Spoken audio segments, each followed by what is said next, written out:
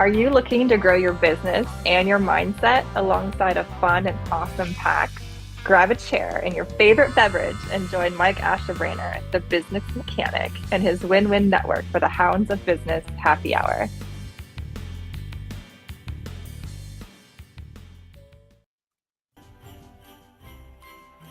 And dance, and dance, Yeah. and dance. I'm multitasking, which is a bad idea. I heard you LinkedIn play my intro again, and I'm like, oh, it's gee whiz. There's always gonna be a delay. Yeah. There's always a delay, right? Yeah, always one in here too. So how's everybody doing? How are you, man? Happy New Year. Look, 2024, unbelievable. Golly, man. It feels like just yesterday we were all mad in 2020. So I guess 2024 is just good by default because it's not 2020. There you go. So how was your New Year and everything going, man? It's going great, dude. I was wondering, like, why am I feeling Christmas still? Apparently, I hit the button talking to Chason backstage. You guys should have told me I had the Christmas music playing in the background. Shit, dude, I didn't know. Hey. I can't hear nothing. I can hear us talking, but I can never hear the clapping and all that stuff on your soundboard or nothing else. It's weird. I don't know. Oh, that's too All right. funny. So, Oh my God, that's too funny. I have to say it right now. Yeah, Scott Raven, those are the bells and whistles. That is hilarious. I think I'm just going to keep that for the rest of the year. Oh gosh. So tell us about your celebration. What was great about 2023? What you're excited about in 2024, man? Man, look, as we all know, and those that don't know, I parted ways with my business partner in 2022 and went solo for 2023 and launched the business of Brilliant Bee Media. And it's been an incredible, like, for lack of a better term, as we all know as entrepreneurs, roller coaster ride, right? And though I wasn't starting like from pure scratch, I carried over a lot of clients. It was definitely an adventure and then some. And you know what's fun about that is mistakes were made. Trust was probably misplaced in certain individuals. But you know what? It's a learning lesson. So you just have to come back bigger, more brilliant, right? And a brighter beam of light, which was my word of the year last year, was light. And so this year, it's because I'm such a music person and all that light, it still resonates into the next year. So that's my big word of the year, sir. So yeah, my summary has been, it's been rocking and rolling. It's been amazing. We've been met a lot of folks, especially our guests that we'll have. And I'm happy to be here. What about you, Mike? No, I love it. No, I love it because I did the same thing. I said, well, I'm out. And then you were leaving at the same time I was leaving my previous business and, partnerships. And yeah, we formed fabulous things together, man. And I am tremendously and forever grateful for all that you guys have done, man. You, the core, the OGs, dude, Raquel, Jody, all of them, man. And then look at what happened this year. It's just insane, man. We got the profits in the house.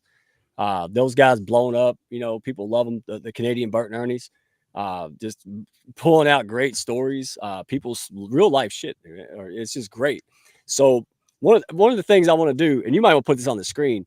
I want to know, everybody in the audience, man, Happy New Year. What is your word? And this, I don't try to be contrarian, but I don't like these trends. But ever since I read the book, One Word, it really made sense to me, and everybody's kind of caught on to it. So I like to, everybody in the audience, everybody in the comments, network, chat, bring in the new year, get to know each other. No pitch slap with a P, but follow each other, talk to each other, ask questions. Chason is a great guy. Man, I can't wait to share him with you. But tell us what your new year, share your experiences past, what you expect in the future, in your one word. And it could be more than one. We're not getting graded on. There's no money on this, right? Right, Sia? No money. Yeah, so you can have a couple words. Look, I have a lot of choice words. Wait. I got some choice words. Let me tell you, my friend. But no, I think, yeah. Did you arrive at your word of the year? I did. Should I just make sure let's see how many people care enough to stay for 20 minutes until I tell them. If I tell them now, they might leave. That's a stupid word. Let's see. You're so silly. You're a silly Billy. Hey, silly at least guy. that we know that in the start of 2024, you have not changed with your silly Billy-ness of it all. And speaking of silliness, let's talk about the silliness. Oh, goodness gracious. Yeah, this little happy, spoiled hillbillies, man. It's funny because the big girl on the right, my biggest hillbilly, Levin, she is me. right? And then, yeah, whatever you want to call it, God, universe had mercy, and then this one acts like mama, the little one. So we lucked out. That's why we stopped at 2 because we didn't know what 3 would be. Oh my God, right? So this one here, you could give her a empty a box of pencils and she would be happy, dude. Like she doesn't care. This she flops her arms like she's trying to fly over everything. So it was just a good time, right? It was great. It, it I think what I got to give credit to is the hounds and you and everybody else around me. It was I went to my family's and I used to avoid it. I honestly tried to use COVID as excuse, but 10 years later you can't. But I came with a different attitude. I've been around winners and coaches and really soaked up a lot of stuff, right? And didn't realize how much I matured. And it was amazing that I came in with the better attitude and we had a great time. Nobody acted weird. Everybody was good. We had a good old time with the family. And it just goes to show you when you're around winners, you're seeking wisdom, you're around people that are like-minded, you're learning from others, man, you can grow. And just like you were saying, it's painful sometimes, but we don't grow in comfort. We grow in challenge. And the people that we are today, the people that we were when we met couldn't be where we're at today. We had to grow, right? I know I'm getting deep, but it's the truth. And so I just sincerely want to thank everybody, man, for the good times, the challenges, the support, all of it, because here we are better and we have big vision. All right. And that's why Chason's on for the start of the year. This guy's had vision. Me and him was building at the same time, right? All of us, me, you, and him. And it's just amazing to kind of see what happens full circle. So we're going to talk about all that. But um, I'll spill the beans before we bring Mr. Chason up. I, I don't really choose the word. Like I'll try to choose a word, but then a word will pop up. I think it's alignment, aligned or alignment. That's it. Oh. Used to be intention. Now it's aligned. So that's the question is like, why am I doing what I'm doing? What is this going to be? How do you decide on X, Y, and Z? Well, if you're aligned, right? Is it values, people? It doesn't matter. It just makes sense because that way you're intentional. Does that make sense? You know where 100%. you're going, why? You don't take it personal. You're just trying to put a path out there. You're just trying to go after that goal. So, look at all these people here. Look at that. Kenny D. I finally get to see Kenny. The LinkedIn guys do not want me and Kenny D to talk because I got on there late New Year's and there was a member, couldn't see him. And I heard him. I was like, wait a minute, is this Kenny D? And we got to talk because of Oli. I think it was Oli's audio room. So good to see you, Kenny. Ken Dunner, man, you're awesome. Dean LeBay, wow, look at all this. Gee whiz. I'm gonna sit here and just read the script. Just goofy. So what are you looking forward to in the upcoming year? Like you already did the hard work, you already done all this stuff, you made it. Like now what? I don't think anyone's ever truly made it, sir. I don't think there's ever like a true end goal of like saying, "Oh, I've accomplished this. I'm done. Deuces." Right? I think You're Scott not working at Burger Ravensburg. King. So Scott Raven with capitalize. I love that. So, capitalize on Nice. your successes and expand upon it, right? Because there's always opportunity. And when you're looking for opportunity, there's opportunity for collaboration, right? So, LinkedIn user, I'm sorry, we don't know who you are. It's this privacy setting, so we just can't see it on LinkedIn. And by the way, for those who are on mobile devices, I apologize. It's a LinkedIn issue. So we will see your comments after the fact, and we're so sorry, but please keep commenting because folks will see it on LinkedIn, just not on our stream. So yes, it is straight up a LinkedIn issue. But Isabel, queen of collaboration, so thrilled to have met, Isabel. I mean, look at all these folks here. Danielle. And by the way, is it Manawa? How do you say your last name, Danielle? I've always wanted to know. But I think it's beautiful. I think it's Manawa. Nah? Yeah? No? Oh, no, you're not asking me. I'm a broken speaking spell. Yeah. No, Oh, well, we know Dean's is potato. Everyone knows that, right? So. Right.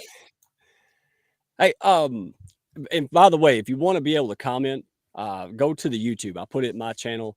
It's just Hounds of Business on YouTube, and you'll see the live stream.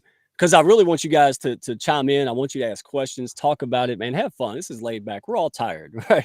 It's been a big year. We had holiday. Just shooting the stuff and just learning about some great people. So, hey, I'm that's all I got to ramble about. That's a good sign. New Year. That's like 10 minutes less than normal. No shit. So, you ready? You want to bring him on? I am. I'm Sweet. trying to follow all the directions you're telling me to do, sir. And it's hard for me to type and do all this stuff and get my microphone out of the way and stuff. So my apologies. Let us, No, I'm without just trying further to help. ado. I'm trying to help you get to those bags of chips, man. I know you're hungry. You're a busy lady, man. I know. But okay, let us bring on our guest, Mr. Chason Forehand.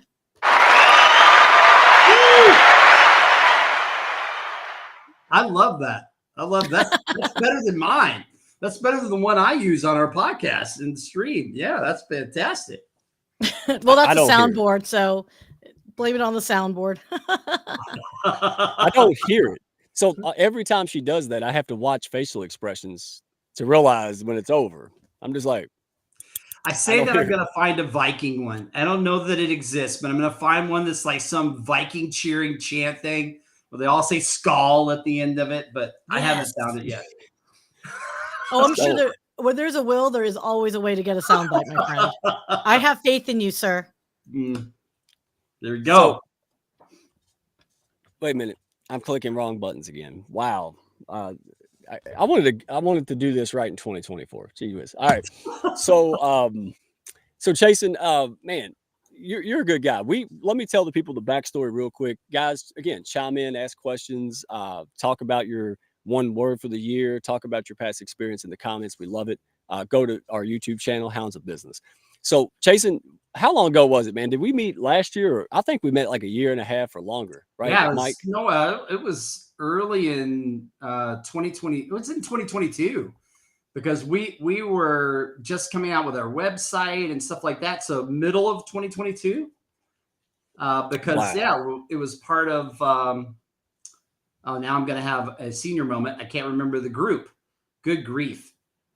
The other Mike was on all the time, and he kept getting kicked off of LinkedIn. They kept getting mad at him. SPN. That was the name of the group. Yes. Yeah. You know, that's where I met Dina and a lot of other people. Yeah, there's a fantastic group of people. Deb, Dina. There's a lot of people that are still in your group and in this group, this collective of fantastic people that we met during those times. So. Oh yeah. And again, you know, people, you just have to be good people. I don't know how to describe it. Maybe you can help me. So when you and I met, we met in that group. We kind of separated when our berserker friend kind of got, went MIA, and then we reconnected. And when we reconnected, I was pretty much picking up the baton where he left off, right? I was like, well, nobody else is here. How can the blind lead the blind unless somebody plays the dog, right? So I'm like, there you go. That's where the hounds came from. It's like nobody knows. I love it.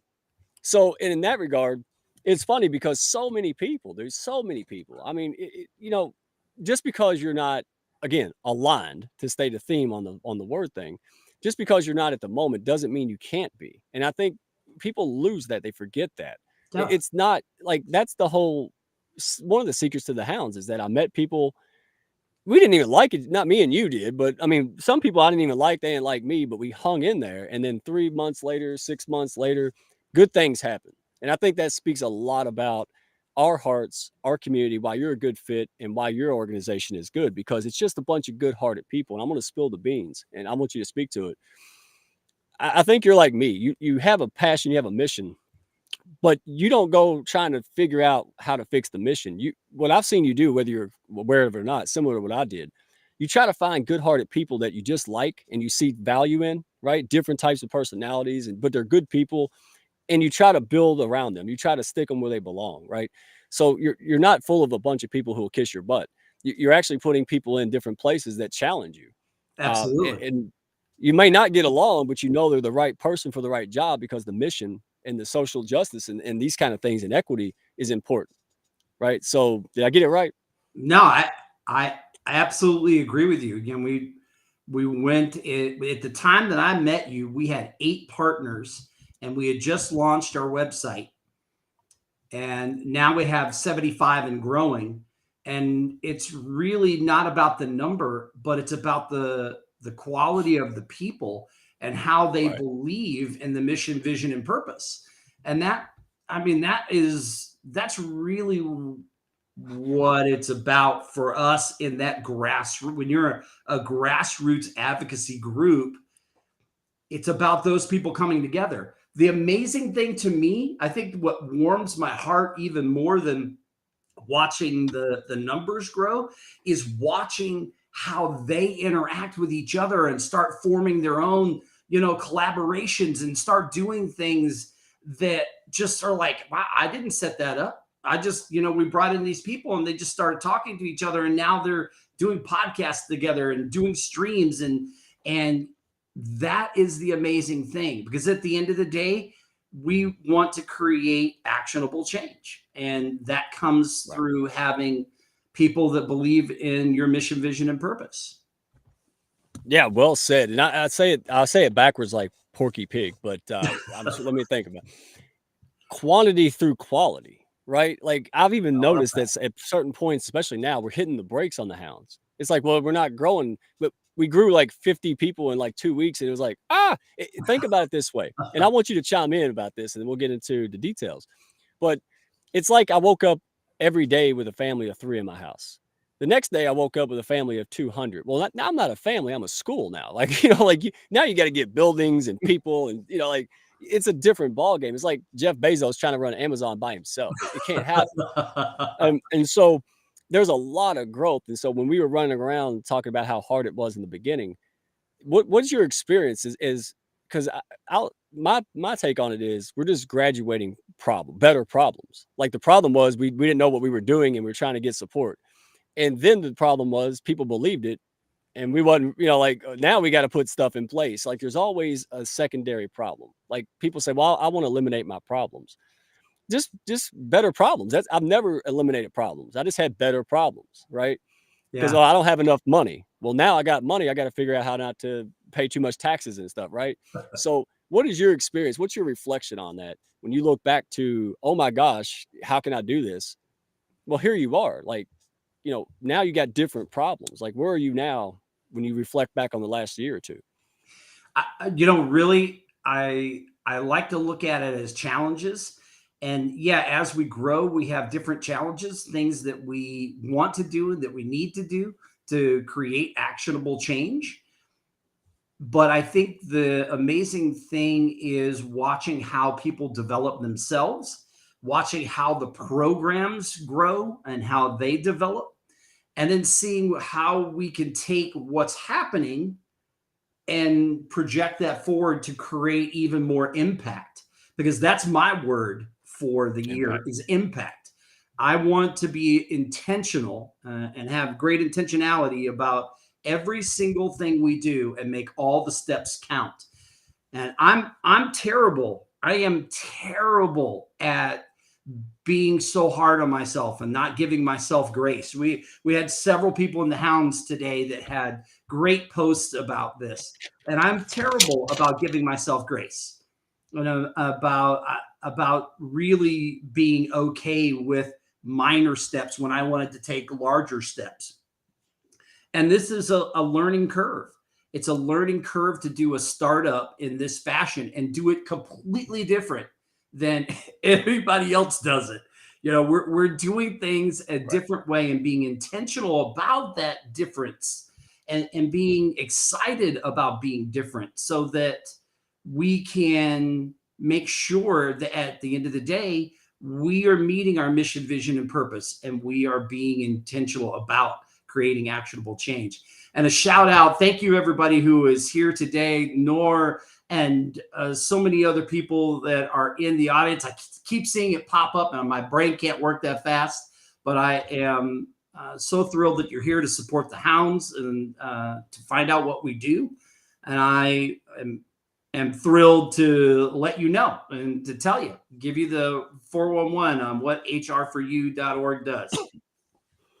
Yeah. Excuse me. I love that word. And that's the word I would have picked for you if you asked, was impact. Because my word for years was intentional. You know why? Because I wasn't intentional. That's why it was the word, right? So, and I saw that in you. I think that's what attracted people to you, right? Yeah, the mission, but they had faith in you. They saw your heart. They saw, someone trying to do the right thing. And I was blown away when I saw, a year and a half later who you had around you. and then be honored that I and the Hounds could be a part of that. And here's the fun part. The Hounds has not had an official nonprofit or charity or anything that we have supported before. So this is really exciting that we're actually saying, hey, we're breaking in the new year, supporting something that is, kind of hand in glove with us, right? And That's so, awesome. yeah. And so let me, because the people might be like, okay, it's great. What the hell is it, right? So what do you do? What is HR for you, Chason? What's it all about, man? Yeah, you know what? The easiest thing to say is that we are an advocacy group that is moving to make sure that everyone in every community has a living wage. And the way we do that is by highlighting people first. So whether you're an employer with one employee or an employee, you've got 5,000 employees, or you're an author, a podcaster, a coach, a consultant, you're a collaboration of like minds like the Hounds. Our whole focus is to bring people together, to shout out what they're doing, to create change, what's working, what's not working, and how we can stop this madness of all these layoffs and all these people without jobs, and be in an environment where there's more jobs than there are people to fill them, yet there are so many people that have been out of work for 6 months or more. It doesn't make any sense to me. And it doesn't make any sense why 1/3 of the United States makes less than a living wage. It doesn't make any sense. And in my neck of the woods in New York, 50% of the workers make below a living wage. That has to change. And it's not going to change by the traditional methodology that we're using currently. And I love other nonprofits. I support them. You'll see them be part of what we do, but we've got to have more actionable change that is going to create the means for us to move forward and in this issue. So what we are is an advocacy group, and we have a lot of programs. We have 6 different programs to move the needle forward and to create change. And our most aggressive program is the one that I've been talking about on and on and on, that we want to get off the ground by the end of 3rd quarter, beginning of 4th quarter, and that's called Transformation Kitchen. And that is a production kitchen that not only teaches culinary skills and life skills to underserved communities, but they make a living wage at the end of their journey, whether they're working for the kitchen itself and helping us teach others, or they are working for our culinary partners. They make a living wage. They don't go out into the universe after that training and make $15 an hour. So we get to show businesses how you can make a profit and still pour into your people. We get to show underserved communities. We get to empower them and help them. And this is where we put the rubber to the road. So all the other programs that we are doing leads up to this. And I mean, it's a lot, but dude, I'm excited. I'm excited about it. You are. And I'm not going to look, you've had a hard couple days and weeks and things going, and here you are, just like me. Like people say, you need to take a nap. You're not feeling good. You're tired. You can't. Look, people count on us, and we're so passionate about what we do. We can't. Like we'll hop out of a hospital bed and start talking about our mission. And I think that's what it's about. And I think that's what attracted people to you. Like you said, hey, let's talk. And I'm like, absolutely. I didn't care what the hell you want to talk about. I just want to talk to you because I know who you are, right? I know what you stand for. And it just so happened that it was hand in glove. So let me ask the question. Guys in the audience, people, ask questions. This is your show, man. But let me ask you this. When you said all that, my buddy and I was talking the other day. And he said, how does somebody not earn $20 an hour nowadays? Like with inflation and all the things going on, how do you not pay somebody at least 20? And I said, honestly, I agree with that. This is maybe in the 70s, right? Maybe. But when you brought up all these things about living wages, how there's more jobs, but people can't fill them and they're not paying enough. What are some of the things that your organization has identified? Because this is a huge thing, and not to get in the weeds, but what are some of the key things? I mean, it could be political, it could be a lot of things, but what are the things that you could hone in on and say, these are things that we need to address as a society?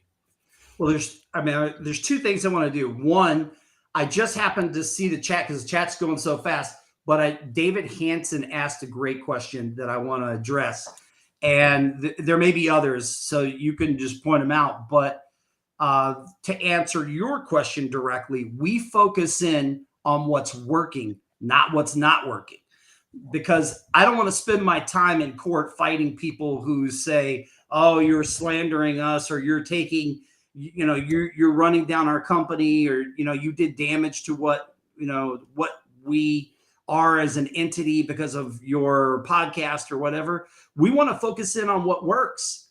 So we focus in on the partners that we have that are teaching leadership skills, or that are employers that are leading by paying people a living wage and putting people first. Those kind of mentality of putting people first in the work that they do. So that, to me, is what we focus all our efforts on. A lot of what we do is about communication, about having the podcast, the live streams, being on shows like this where we can talk to people and say, hey, when you do X, this is going to happen.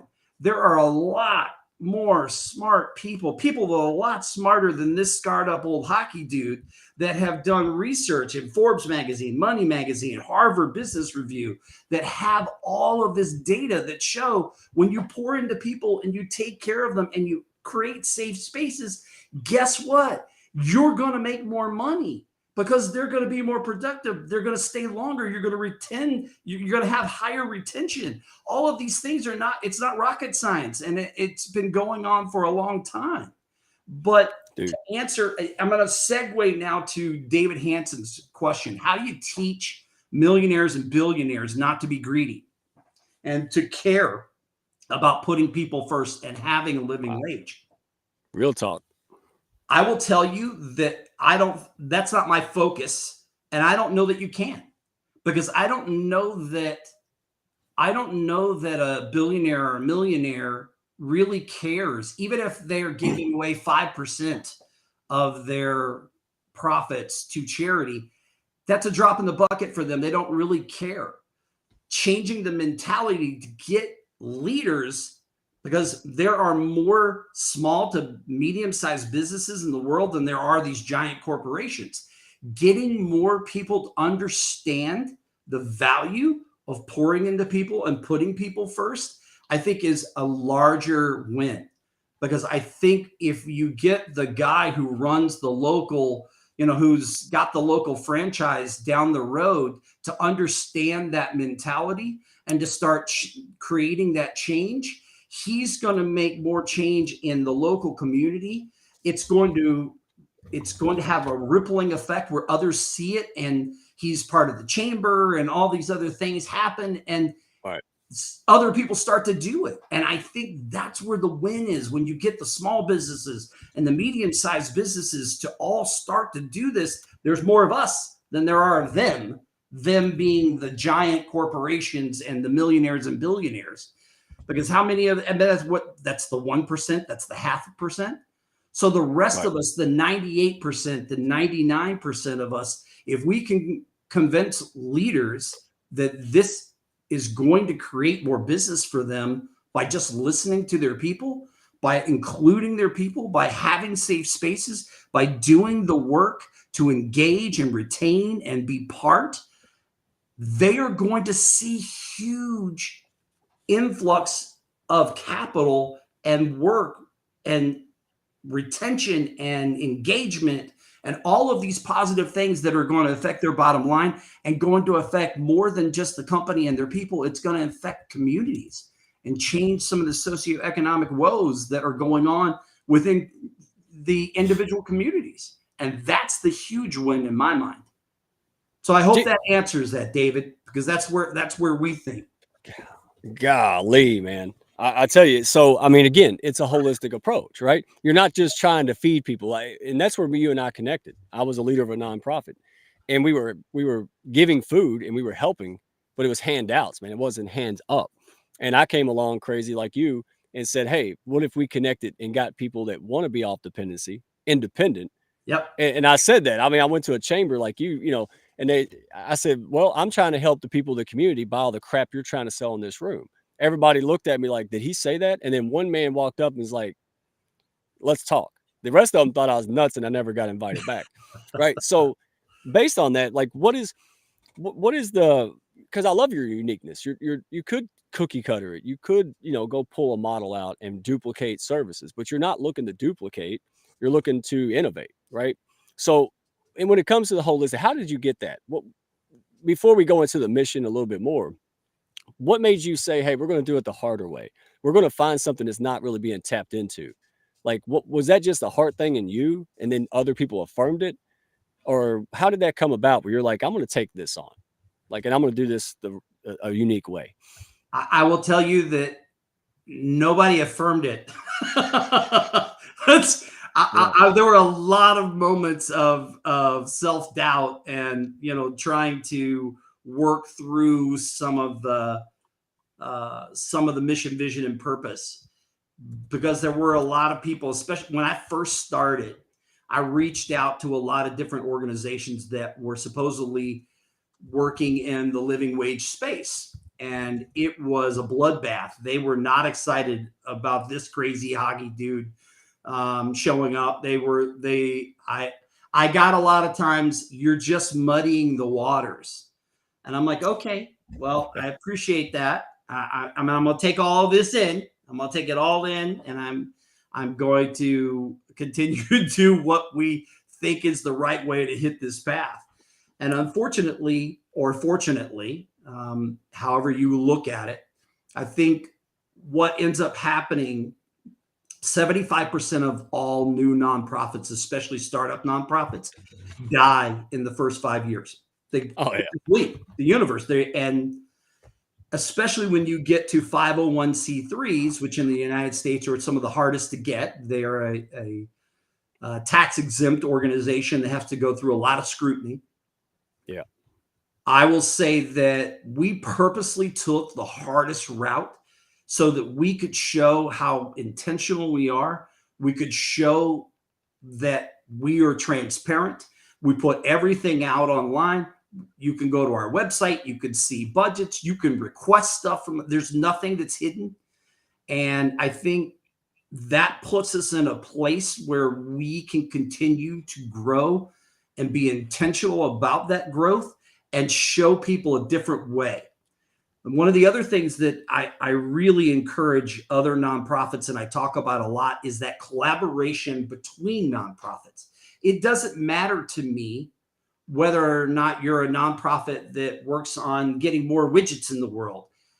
I just respect the fact that you're trying to do something good. And what matters to me is, let's find that commonality in that space that we can, I can help you. Maybe it's something that we're just going to meet and talk about, about our struggles and how we get through them and the things, our challenges. And I think that is key, because a lot of nonprofits will just block out everybody else and say, no, we've got to focus on ourselves.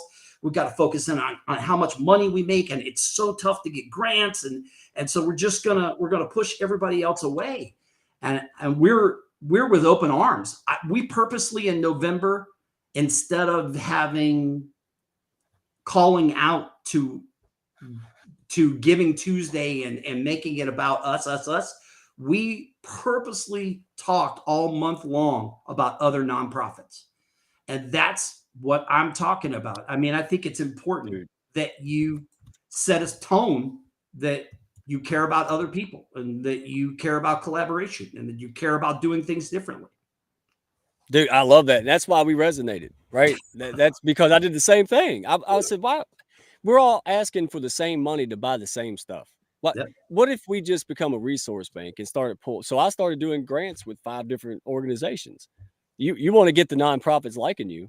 Yeah. Well, hey, if we hang out with these people, we get free stuff, right? That's a no-brainer. So on that note, man, I have to ask, what, well, first of all, I mean, because I think people want to know, are you geographically bound, or, who can help and how can they get involved? So where can, does it matter where they live? And then how can people get involved? We have people in, I think, 4, 5 different countries now that are helping us, or they're collaborating with us, partnering with us. So no, you don't have to, it doesn't matter where you are. What matters is that you care about putting people first, and whatever the work is that you're doing emulates that. I can see it in the work that you're doing, whether you're teaching people how to have more grace, whether you're doing SEO work, it doesn't matter. What matters is that you put people first. It can be seen in the work that you're doing, and we can show that to other people so that they can emulate that. And that's so we've got people from all over the United States and from other countries that do business in the United States. Since we are based in the US, we're based technically in New York, and we are trying to get the first transformation kitchen here in my home backyard, but we see that as a franchise that we do in every major city in every major country, because who couldn't use that? And you could expand on that. I had a conversation with a guy today where you can expand on getting outside of just culinary and teaching other skills, get other people in to teach other skills that we can do in the same arena. So people love passionate winners, man. I mean, it's just simple. And when you do it once, you've already done it. So the only difference between you doing it once and doing it 50 times across the nation and 500 times is support, right? So based on that, there's people, individuals, professionals, but there's also companies. Break that down to us. So if you're a person, how can you help? And if you're a company or organization, how can you get involved? Because you kind of bridge the gap there. Well, sure. Well, we have 4 different kinds of partnerships. One is a sponsorship. Sponsorship is more in line with give and take. We're getting something, whether it's an in-kind donation or a financial donation to what we do for some sort of service that we can provide. And that is usually in the form of either networking, videos, having our sponsorships where we work on actually talking about what the company does and their value and how they put people first. We also have what we call employer partners and leader partners. Employer partners are obviously they have at least one employee, and they can show that they pay a living wage and they put people first. Leader partners are everyone else, whether it's authors, podcasters, coaches, consultants, entrepreneurs, solopreneurs, it does not matter, but they prioritize people. And their entire premise, whether they're teaching it and they believe it, both usually happens that they not only believe it, but they're teaching it. They prioritize putting people first, and they fit into that category. That's the largest part of our partnership group. And they come from all different walks of life. And then our other partnership is strategic alliances. And those are strategic alliance partners are people from other nonprofits, people from other businesses that traditionally maybe are not necessarily what you would think we would collaborate with, but there's some common ground. And again, putting people first. And that commonality and that ground is what we use in order to network with each other, to pool our resources. That's how, with all of these people, that's how we've been able to reach over 500,000 people this last year and increase our communication. That is the way, just by collaborating. So those are the different partnerships, and people can reach out to me, and I'm happy to jump on a call and talk about what it is and what it means and what we do. A lot of what we ask for is networking, and introduce us to people, and we'll introduce you to people and talk about each other and have events like this. So that's really the mainstay of what we do from that standpoint. I love it. I love it was an idea, Chason. You had an idea. Some people didn't, balked at it, other people, whatever, but you did it anyway. Right. And I think what I admire about you the most, and I'm just saying this because this is true, man, telling you can't do something is like throwing gas on a fire, right?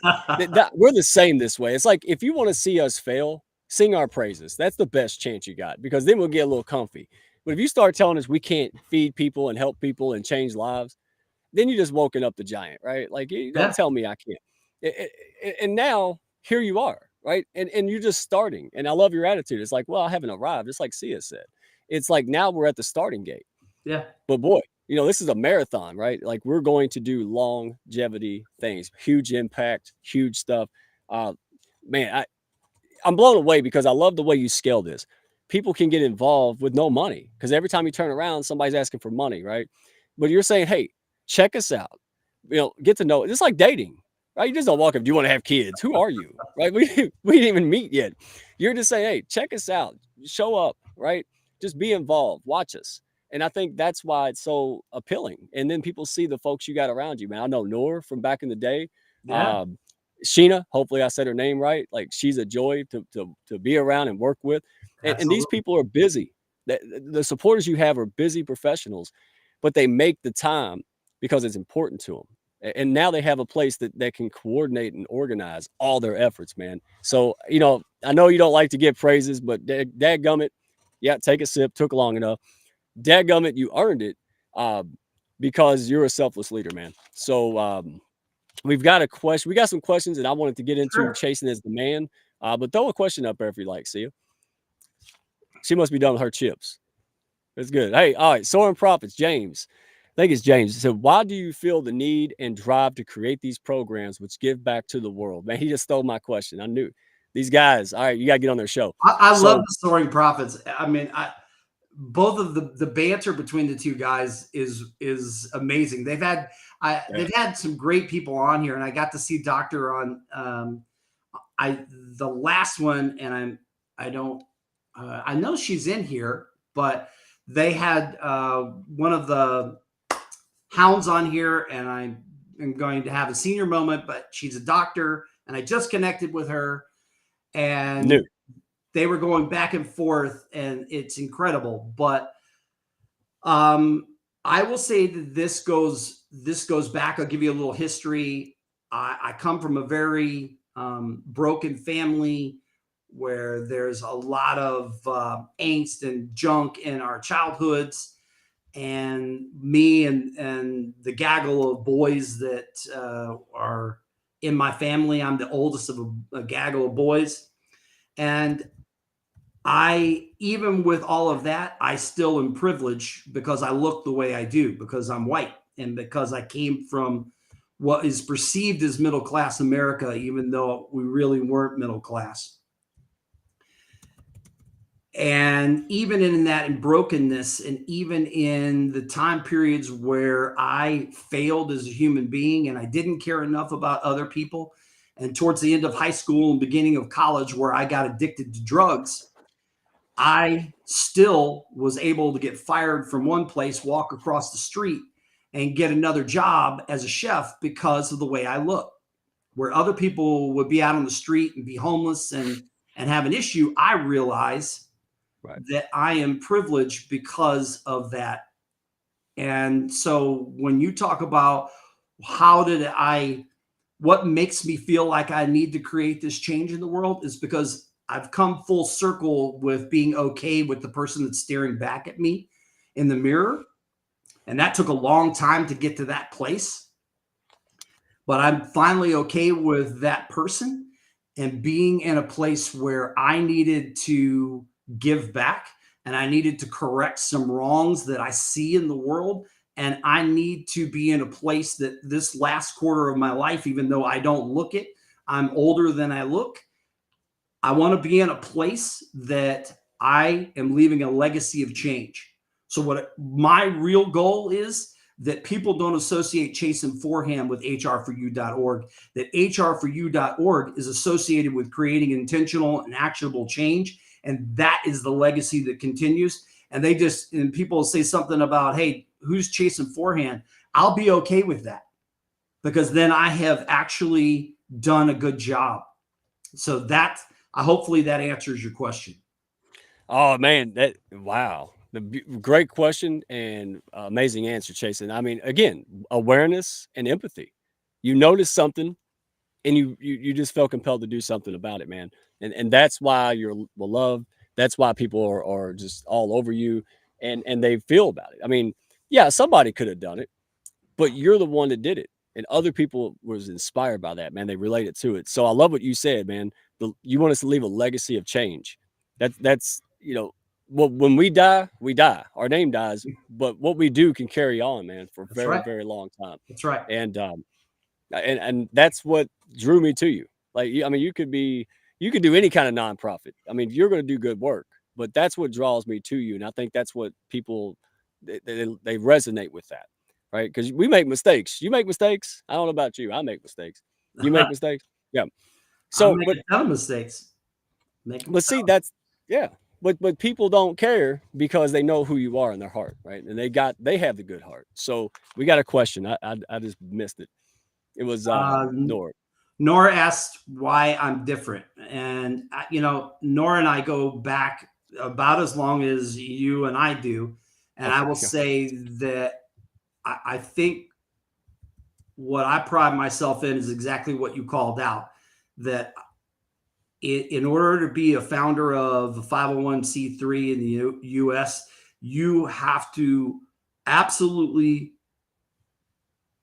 have nerves of steel, be able to learn, to fail forward, to not give up ever. I'm not going to give up. And it doesn't matter whatever we accomplish, it's never going to be enough for me because that's just my personality. It's never going to be enough where I set my sights like I want to be way up here. And I did that even from the start. I did that from the start. Like I said, hey, our very first fundraiser, we're going to make X. And we made like a 10th of that, and I spent like a day kind of brooding, and then I'm like, got back on the horse. I'm like, all right, here we go. And now I've learned not to spend a day brooding. I don't have the time to do that.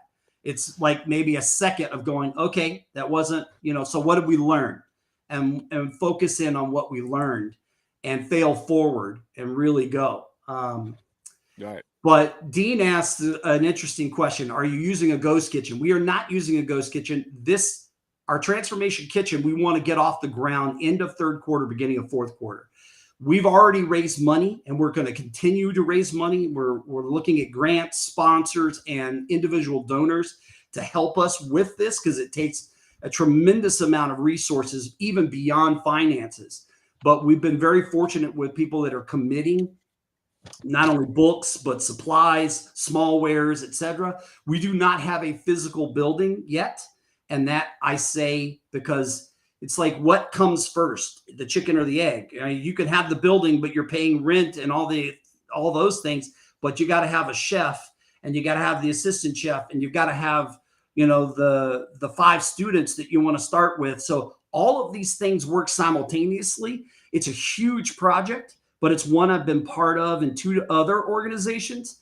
And so my role in all of this is to kind of put all those pieces together so they land at the same time. Physically, we want to look for a small kitchen. That's what we're doing currently is we're looking for a small place. I found one that could work that the city owns, and I'm negotiating with them right now. It is not ideal, but we could make it work. Doctor, there she is right there. Dr. New. Dr. New. She was on, I'm sorry, I squirreled there for a second, but she was the one I was listening to. Okay.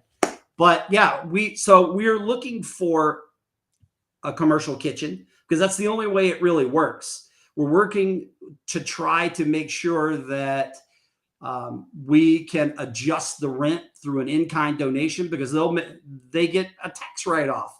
But it's an incredible thing trying to convince someone who's a landlord, hey, you can't get the money now, but you're going to have the money later because you're going to have this huge tax write-off.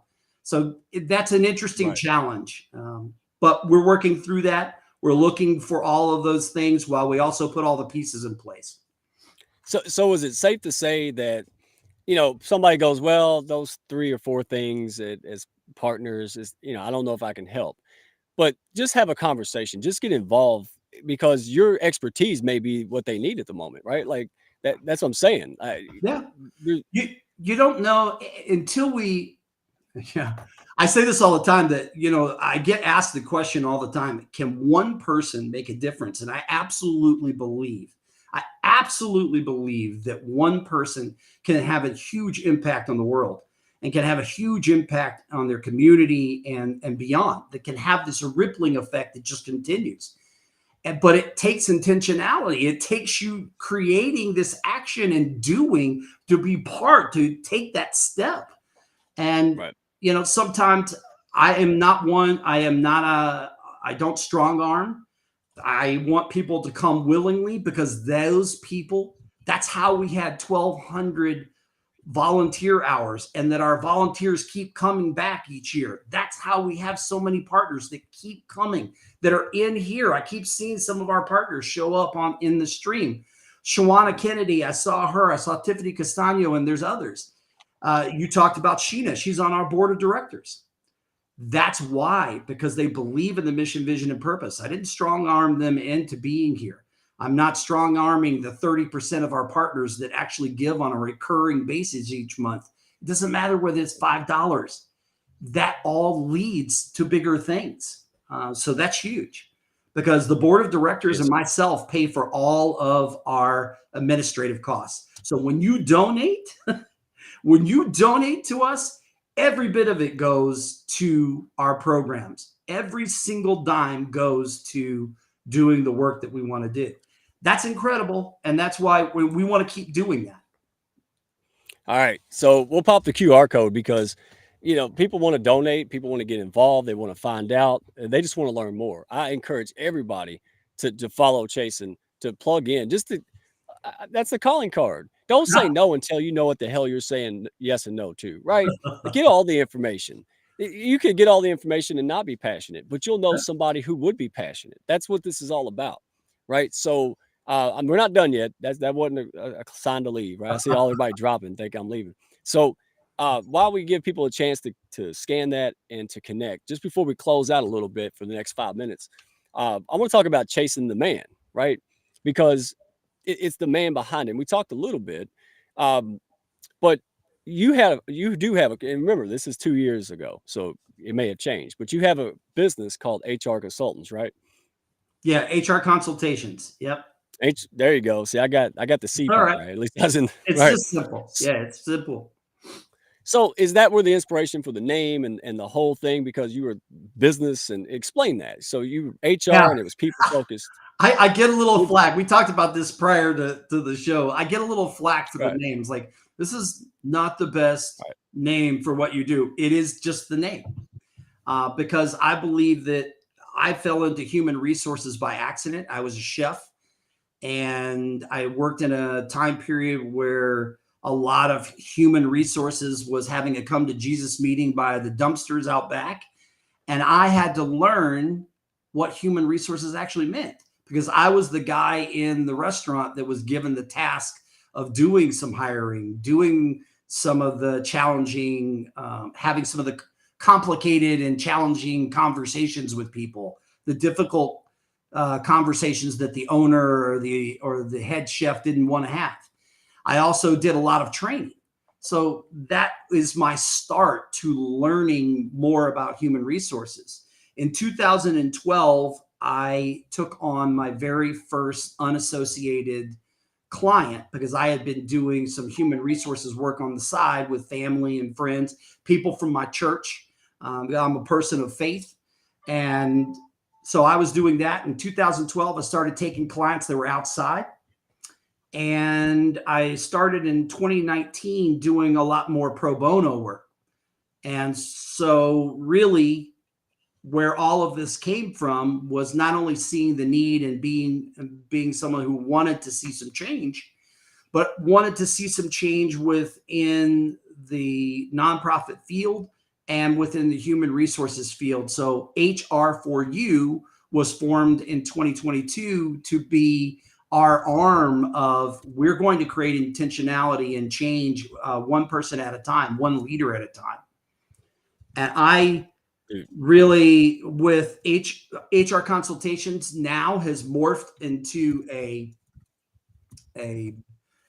business that only works with social good entities. So I only take on clients that are social good entities that are actually doing the work, that want to do the work, that are not box checking, and really understand putting people first And those are the clients that I take on. And I can be very picky about that. So that is really a joy to be able to be in a place where I can choose. And the nonprofit is where I see the long-term entity of what I can create in going from place to place to create not only the transformation kitchens, but put programs in place to create in other cities and other countries the means to empower underserved communities. And that's where the magic is. So, man, it radiates from you. It absolutely, it's undeniable, man. It's like if you stand too close to something's on fire, you're going to catch on fire too. So if you don't want to catch on fire, stay the hell away from Chason. I'm telling you, because now I'm like, damn, I want to do more. Like, and that's the point. It's just getting the visibility out there. So first and foremost, before I ask this final question, the signature question of the Hounds, I ask it every show. I love it, but I wanted to give a huge shout out to all the people. I love this. This is why you don't have this scarcity mentality, right? We want to take the 2 planets and put them in orbit, right? That the Hounds love the support from you guys, all of you, all amazing, and they embraced you quickly. I mean, most of us knew you. I think at least the OGs did, right? And it was a no-brainer. And all the folks you got, man, it's just amazing to see what happens. So here's the thing. If you're looking for a community, if you're looking to fit in, you're just not even know what the hell you're looking for, right? DM me, DM Chason. He's a Hound too. All the people in here, just reach out, man. We don't want people to be stuck and live a crappy life and not, go out there and take a chance and really live your passion, man. This is what it's about. So we have people, that have made it, right? And they're successful. They're just fishing now. But they want to reach back and help others. And we have people who are just starting off. They're just trying to get the courage to leave their job or start a part-time business. This is what it's about. And we are exploding that in the new wave of the Hounds, right? So we're just being intentional. More of these kind of things are going to happen, guys. So anybody out there trying to find your pack, no more strays, right? You got us, you got Chason, you got the Hounds, you got all these amazing people to connect with. Do that. So any last thing you want to say before I ask this question? Because man, I should just let you. No. You just got it, dude. Like, no, I just appreciate everybody coming out, showing up, and commenting, asking great questions, yeah, and being part of the community and allowing me this time and space. So, dude, it's amazing. I love it. All the comments, all the people spending their first Wednesday of the new year to support you. They didn't come here to see me, man. They came here to support you. Oh, did Noor say, how often do you all meet? Every day. Are you? I guess she's talking to me because she already knows you, right? And I know Noor. We got a lot cooking. We got more activities cooking. We should have been done, but every time I turn around, Chason, some other amazing opportunity puts a monkey wrench in it. So I'm like, oh, this is what we're going to do in the new year. And then somebody comes along with a giant just pile of opportunity. I'm like, that's a good problem to have. But yeah, we are virtual. We're making a transition. Noor, hey, anybody DM me and I will tell you. I'm having little group calls about this and stuff. So anybody who wants to know more about Chason, hit him up. Anybody wants to know more about the Hounds, hit me up. It's amazing. So I appreciate you guys, everyone out there. Before I ask this final question, so there's a little Chason out there, right? And he wants to do something. He's got this passion, right? Just like you did before it come to fruition, right? What is your best advice to anybody out there who might be stuck, who might be doubting themselves, but they're miserable? They know they want to, but boy, they don't know where to start. They don't have the confidence. What would you say that baby step they could take, Chason? I think the first baby step is figuring out really what you're passionate about and honing in what you want to do to create that change and make that life happen for yourself. And then going after it and never giving up, just being intentional and whether it's taking classes, whether it's learning, there's a lot of stuff that's free online, and doing whatever you have to get to the place you need to. Don't let there be roadblocks. Don't let people tell you can't do it. Just go after it and do it. But you've got to know what you want to do first. And you've got to understand what that's going to take and to start asking questions of yourself and of others around you. Well said. I mean, on that note, what else can you say, Chason? I'll just mess it up, right? So, guys, if you got something out of this, man, at least tell the man, because of nonprofit leadership, right? I've been there. It can get really, really tough, and we can't complain because then people would probably leave. So, any type of encouragement, if you can't donate time or anything else, just make a comment on his post. Say, hey, man, great job, rooting for you. You can do this. That goes a long way, doesn't it, Chason? Absolutely. Absolutely. Simple word, because we get busy, we forget. So this is a good time. Go out there. Thank you, everybody. Hey, wanted to give a shout out, of course, to Sia. Yes, See ya. brilliantbeingmedia.com. And look, I ain't doing this. Y'all know I ain't running it. So all the good stuff out there. 2023 was amazing. We have 3 live streams a year and a half ago. Now we got 6 million. We got radio, TV. It's ridiculous. So good job. We appreciate all the folks out there, man. Just have fun. Don't be stuck. You're talking to a guy in a camo hat. Look who I'm surrounded by. Hell, if I can do it, who can't do it? That's all I got to say. And you don't have to do it alone. Me and Chason would be crushing tin cans if we tried to do this stuff by ourselves, right? We go out there and just speak.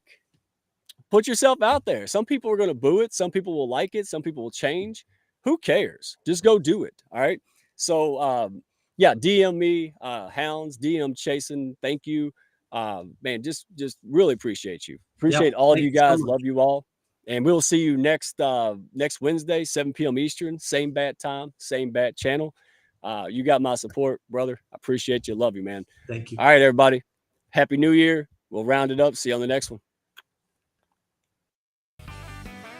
Thank y'all for stopping by. Be sure to follow, share, and like, and send me a message if you had fun today. Y'all come back now.